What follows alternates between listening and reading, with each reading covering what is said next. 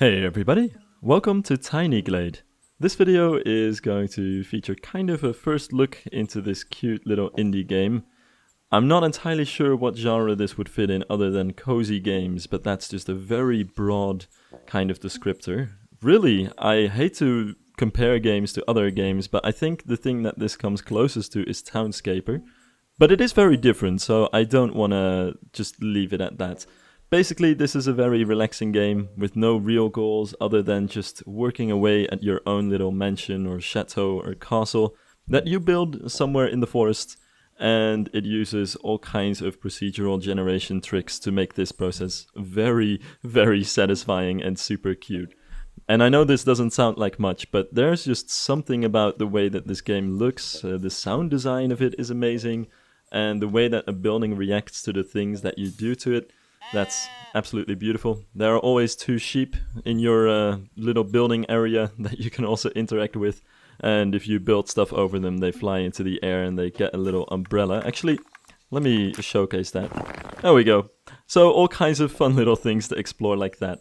But yeah, basically it's a game where you build stuff and the building process is just very relaxing and soothing. And really, that's about it. Now, I am late to this because the release date for the pre-review demo that a bunch of YouTubers and influencers, including me, have been sent was actually already a day or two ago. But, well, that kind of stuff tends to happen to me. So apologies for getting this out late. But still, I hope that doesn't hurt. And I still want to get into this game and kind of discover some stuff that I haven't really seen on video so far. Most of the videos on this game I've seen kind of focus on the features and how it feels to play it. But I'm just gonna time-lapse this and try to build some sort of Disney-esque castle and see how far we can push the mechanics of this game. Now mind you, this is just a demo, so all kinds of things are not in the game yet. But even with these three basic building tools and a window and a lantern and a tool to add some color and a tool to build paths. Well, I should not forget the foliage, but that's not a huge touch either. With these very limited tools, you can do a very wide range of things. So I'm not going to waste any more time. Let's get into the time-lapse and see what this game is all about. So, first and foremost, let's remove the wall that we had so far, and even just the eraser tool is something that I find very interesting. I don't really manage to do much with it right now, but I imagine it would be really fun to try and make some ruins with it, because you can very specifically erase certain parts of walls or buildings, and it'll leave the rest standing in a kind of ruined sort of way, so you can leave all kinds of bricks everywhere and walls that are half finished. Which is really cool. If you put some effort into using the eraser tool, I think you can make some amazing ruins. And it doesn't even have to take that much effort either. Now, as you can see, I first want to do a little bit of terraforming, and you can also see that the space that I have available to work with is very small, at least for the demo. So I also imagine that when the game comes out completely, just because of how much more space you'll have available, it's going to be a very different experience. But for now, this is all we have to work with, and it's really just a way to kind of get used to the tools and materials and the game, and just how it looks and feels. I wanted to build some sort of hill because I'm going for a Disney-esque castle, and I feel like it's best served on a hillside of some sort. And also, I think it's a little bit easier than going for a realistic large castle with outer walls and stuff like that. Actually, my main inspiration here is... what else? Castle Neuschwanstein in southern Germany. It's the castle that the Disney castle is based on. And at least in terms of shape, it's a pretty easy building, I would say, to come up with. Because it doesn't really have a large inner courtyard or anything like that, which you'll find with realistic real-life castles. Instead, it just has this large main hallway with all of these castles and all of these towers and turrets around it. And I think that's an ideal shape for the small plot of land that we have available here. Also, it's basically a fake castle, because realistically, castles in the medieval times didn't have as many turrets and decorations as many 19th century kind of fake castles do, And I think in terms of the 19th century idyllic romantic castles, Neuschwanstein is probably the most famous, most well-known, and most ridiculously detailed. But it's not really realistic and doesn't really serve any real purpose, at least not in a military sense, as castles would have in the medieval times. Anyway, I'm already getting way off topic. Here you can see me working on the main hallway for this little castle, and already the base for the largest tower, which I want to add to the castle. Now, something which I noticed is that it's very easy to shift parts of buildings into each other, and I think this is the most fun part of at least the building tools for me. Just watching everything react to you, the player, putting all kinds of building elements into each other, because every time it adapts. If you take a wall and you just smash it through a roof, it's gonna add little details on the roof to make it realistic and make it really seem flush. If you put one building into another building or raise it above it, if you manage to fit it right, it always ends up looking pretty realistic, because every weird little corner that otherwise wouldn't fit right, the game just automatically turns into something that actually makes sense. And there's a lot of flexibility with this as well. You can just see me change the shape of the roof here to a kind of rounded shape. You can also make dome-ish shapes like this. You can do any variation of curvature of a roof that you like. You can do any kind of steepness to a roof that you like. And it's also very easy to make, all kinds of other different shapes to rotate a general shape of a roof, or just have a regular hip roof, or have a gabled roof with these stepped gables. All of these things are super easy to change on the fly, even though the UI is super simple, just by dragging everything. So you'll often see me right-clicking a building here to get into that sort of inner building section menu, where it gives you the building, and then you're allowed to drag into different shapes and sizes and directions. And I think that's really the core gameplay and what makes this game so flexible for the limited tools that you have. So we have the main tower in place right here. I also wanted to go for a slightly asymmetrical look for this building, so I'm building another tower on the other side, which is slightly different, but with the same kind of philosophy. So we're starting off with a very broad base, and then for every couple of floors, the tower is getting a little bit thinner until we get up to the spire, which in this case is a round spire instead of a square spire like with the other one. And I think that mostly makes sense, at least it kind of does to my idea. My idea for this castle is that it is one of those romantic 19th century idealized medieval castles. So it's supposed to look as medieval as possible, but at the same time it's way too detailed, and there's no reason to add all of these fancy details to a medieval building like this. Not to mention, we have big windows on the outside of the turrets, and it's details like this that kind of reveal a fake castle from a real one. Because if you had a military purpose to your castle, you'd really want to watch out with adding too big windows on the outside, lest invading peoples be able to enter the castle that way. But when you're just building as some kind of a fairy tale king, that doesn't really matter too much anyway, so it's just whatever. Now on this side here, I decided to add some smaller turrets, and here you can also see that, well, I was struggling for a little bit with the shape of the turrets until I realized that I needed the volume of this building to be a little bit bigger, so we're adding an extra section to the hallway. But you can also see that when you add a tower and you actually raise it up so that it's off the ground, you either get some supports, or when you move it into another wall, it turns into a turret with a little detail at the bottom of it, which is pretty handy, and it's very fun to just attach towers to other towers. That's also one of the easiest ways to end up with a very Disney-like looking castle. I think the trick to building a Disney castle is really not all that hard. Just make sure you're not building too many squares, that things aren't too blocky, so kind of keep it organic. Just put random towers everywhere and make sure that the building doesn't resemble a square too much. And if you build your towers, make sure you have all kinds of towers of different heights, and add some turrets to the sides of your towers, because just a simple tower is usually not enough for a Disney castle, or a Disney-like castle. So just keep adding all kinds of other turrets.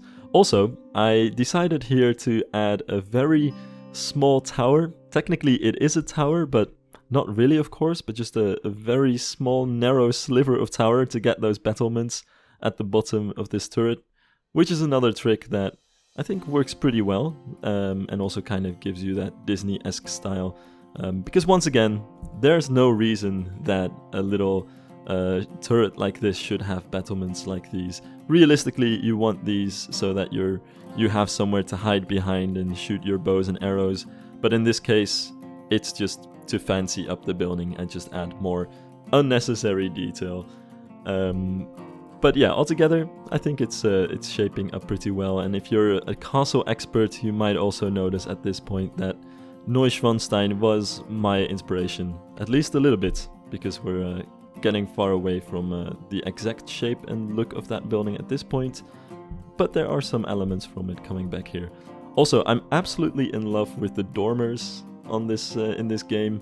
They're super flexible as well. You can put them on any roof, but you can also put them on turrets. And if you lower your roof, your dormers turn into a different shape.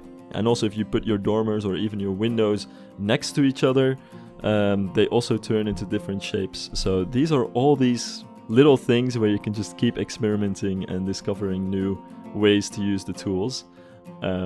So also, if you're really interested in this game, I highly recommend playing the demo, of course. But aside from that, I also think it's handy to play the demo so you already know how the pieces that are already in-game combine with each other, because things are bound to get way more complicated with every single feature that is added to the game, with the way that the features interact with each other. And I haven't even been able to, and I'm not going to be able to show off most of the features in this game in this video, because there's just too much to mention. Something that I didn't use so much in this building are the walls, but you can freely place walls of the castle, and these can be curved in any direction which you like. And you can also put doors and windows in these walls, and if you build a path through them, it automatically creates an archway. So there is just so much to play with here, and I'm just mostly playing with the building volumes, so there's really a lot to discover. On this side also, I placed this window adjacent to another window in the other tower, and it automatically creates this little line of clothes that are drying in the wind here, which is pretty cute. It's little touches like these that I also really love about the game. And with this tower as well, there's just a lot of putting different building volumes into this thing at all kinds of different heights to prevent it from looking like a square as much as possible, because that's that's the one main thing to avoid, I think, in general with building buildings, but definitely if you're trying to build something cute and cozy and fancy, you want to make it look like basically anything but a square. Usually messy is even better than squarey, because that just turns boring very quickly. Also, we have a lantern, which if you place it next to a wall, it becomes a hanging lantern. But if you place it just on the ground or next to a path, it becomes a lantern on a wooden post. So that's pretty useful as well. And then you can rotate it and move it around, of course. And at this point, the main part of the castle is basically finished. We have the large hallway with all of the towers and one extra wing to the side. And I figured it's time to add some walls around this, because realistically I think we should have a kind of lower courtyard to protect our main castle. And it's time to just use those curved walls at least for this. I'm not going to be adding any windows or things like that to it, because realistically I think this wall is one that your enemies are very easily going to be able to reach. So we should keep this at least a little bit defensive. And also, we're going to add a small gate right in front of the building here, so that the main path has a gate to walk underneath, just to showcase the way that you can also make bridges of buildings and stuff like that. But also realistically in the build, because I think that's just what this castle needed. And it helps to give a little bit of depth as well. Also, I was actually laughing out loud when I was building this and the little thinking emoji came up from the sheep. I'm not entirely sure what it was for, I think it's just because the sheep was being hit by the building that I was building. But in the moment, I was thinking that the sheep was judging my plans, because for a second there, I had a weird building over a path create a sort of strange archway. Not entirely sure if the sheep are judgmental or just annoyed when you build over their habitat, but either way, that was pretty funny. I also tried to add this extra little facade in the front, but unfortunately that didn't quite work out, and I'm not entirely sure why. I was feeling like the path beneath it should have stopped those supports from forming, but maybe it just wasn't quite wide enough.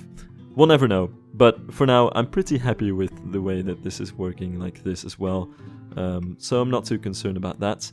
I also accidentally created this building here, which for a while I wasn't really sure what to do with it, but then I realized I could just put this to the side of the tower and then it probably looks pretty neat, so that's what I ended up doing. And then I finished the wall here. Lots of things also snap to different buildings, so you can always make sure that your towers are, or your different parts of your building are actually parallel to each other, so that even though the gameplay mechanics are super flexible and you can rotate and move stuff around just any way you like, you can still get things to be straight and to connect to each other, which is pretty handy, and it works pretty intuitively. And if you're wondering how intuitively, this is basically the first build that I've ever built in this game. Usually I like to prepare my videos a lot and kind of plan out what I'm going to build, and especially when playing a new game, I like to try and get used to the mechanics and see what we can actually do with it. But for this game, this is the first full build that I'm actually doing.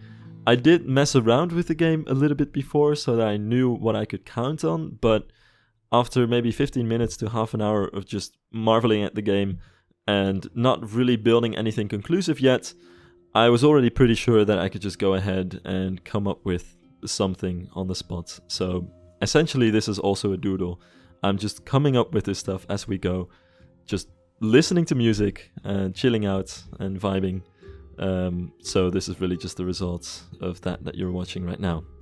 Finally, I added this wall over here, and what I noticed is that these wall pieces have a different texture from all the other buildings, but we do have a tool to select different textures, and this texture is not in there, so I think this is a texture that is going to be available to all kinds of buildings at some later stage. Not entirely sure, but that makes sense. So it's a little accidental, I think, preview of what's to come. But for now, I just wanted to make sure that the lower section had a more stone bricky texture, a little bit more rough and dark in color than the higher part of the castle, which is also something that you'll commonly see on real life castles, but also on the Disney castle as well. So yeah, that's basically it. That's the build. Let's cut to the game and see how it looks. Alright then, so here's our finished product, and something which is very fun about this is that you can still see the sheep go around your building and still interact with them. But yeah, most of all, what's cool about this is that you can actually change the direction of the sun or the time of day. So you can actually see your build in all kinds of different lighting settings. I think it's nice to actually make it evening or maybe even night as well. See how that is. I only managed to place a few lanterns here and there, but the windows do light up, so that's pretty nice. But so far, my favorite I think has been the evening. It's just something really cool about that sort of golden hour sunset look. But let's go back to a normal day look, and quickly also look at the castle with the screenshot setting, which allows you to remove all of the UI, so you can actually have a clean view of your build. There's not too much to add to this, honestly. It hasn't been all that much work. I did time-lapse this video, but it's just a little over half an hour in real time, so barely any time at all, and I have to say, it's been super relaxing. So even though it's fun to look at the build afterwards, I think most of the fun of the game actually is in the building itself, just as a kind of therapeutic, anxiety relieving, at least in my case, kind of little exercise. So yeah, that's the build. I hope you guys enjoyed watching. Remember that the end of this month the demo is gonna go live, and at some point during this year the full release is gonna happen, and it's stated to be around the third quarter of this year, but it's still a pretty vague kind of description, so you can already do a lot of stuff with the game in its current state, but really remember that this is just a demo. There are all kinds of other features that are going to be added to the full version, like these gothic windows and flags and whatever this is, honestly. And also all kinds of other materials as well. So if we look at this building, for instance, I added these bricks, but there are going to be some other stuff that we can add to it as well. So we'll see about that in the future. Anyways, for now, I'd like to thank you guys for watching, and I hope to see you in the next one. Ciao!